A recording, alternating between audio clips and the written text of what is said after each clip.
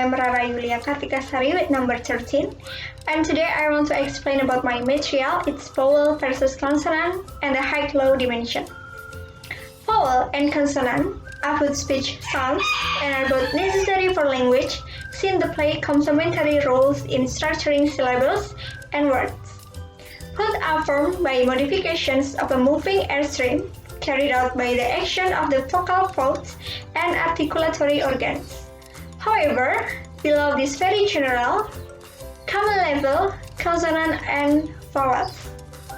All vowels, universally, are produced on a pulmonic aggressive airstream with central airflow. There is no contrast between central and lateral vowels. It is possible, but rare, for vowels to be voiceless or nasal in English. However, all vowels phonemes are voiced and oral and voiceless and nasal allophones appear only in very specific circumstances, as we shall see later. Vowels are all continuants. That is, airflow through the oral tract is not significantly obstructed during their productions, so they are all approximations on the consonant minor classification. There are no stop, fricative, or affricative vowels. All vowels are produced in a very limited vowel space, in the center of the oral tract, roughly between palatal and velar in consonantal terms. And the place of articulation will also be much more difficult to ascertain from self-observation, since the tongue never moves close enough to roof of the mouth in vowel productions to make its position easy to feel.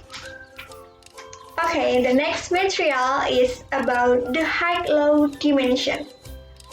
High vowel have the tongue raised most towards the roof of the mouth. If the raising was significantly greater, then fiction would be produced, making a fricative consonant, not a vowel.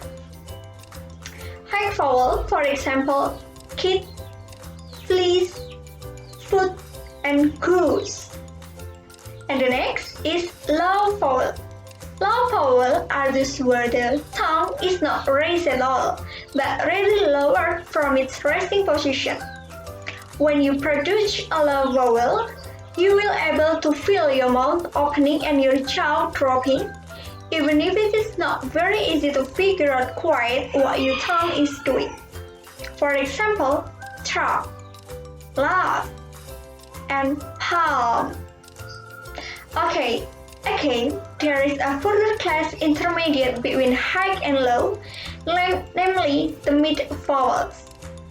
This can, if necessary, be further subclassified as high-mid, like face and good vowels, or low-mid, like these dress, talk, throat vowels, depending on whether they are nearer the high end of the scale or nearer the low end. For example, face, good in SSBE and good in GA, let talk about nurse and strut. That's all for me. Thank you for your attention. Goodbye.